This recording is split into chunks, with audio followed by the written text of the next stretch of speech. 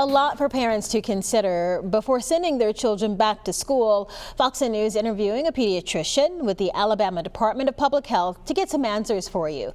Our Steve Alexander has more information on what parents might want to consider as they get ready for back to school. Dr. Karen Landers is a district medical officer with the Alabama Department of Public Health, but she's also a pediatrician.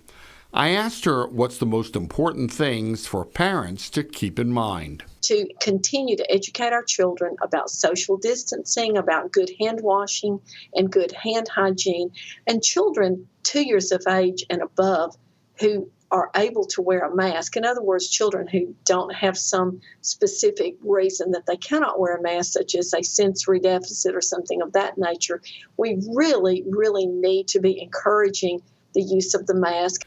As for whether the state health department has come out with recommendations for school systems planning to resume athletics, Dr. Landers said the department is providing information coming from the Centers for Disease Control. I do want to remind that even in the athletic setting, that there still needs to be adherence to the measures to reduce the spread of the virus.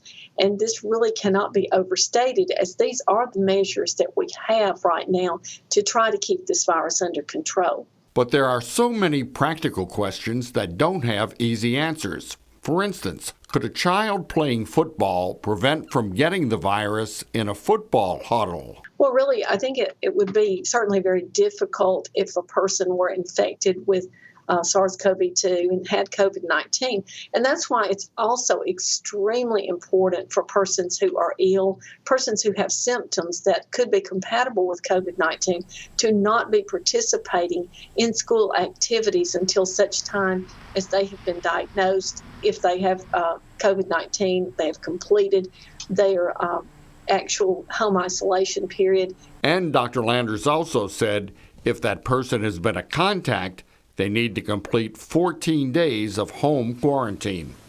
But everyone needs to be very vigilant about any signs or symptoms of the illness to try to reduce its spread. Steve Alexander, Fox 10 News.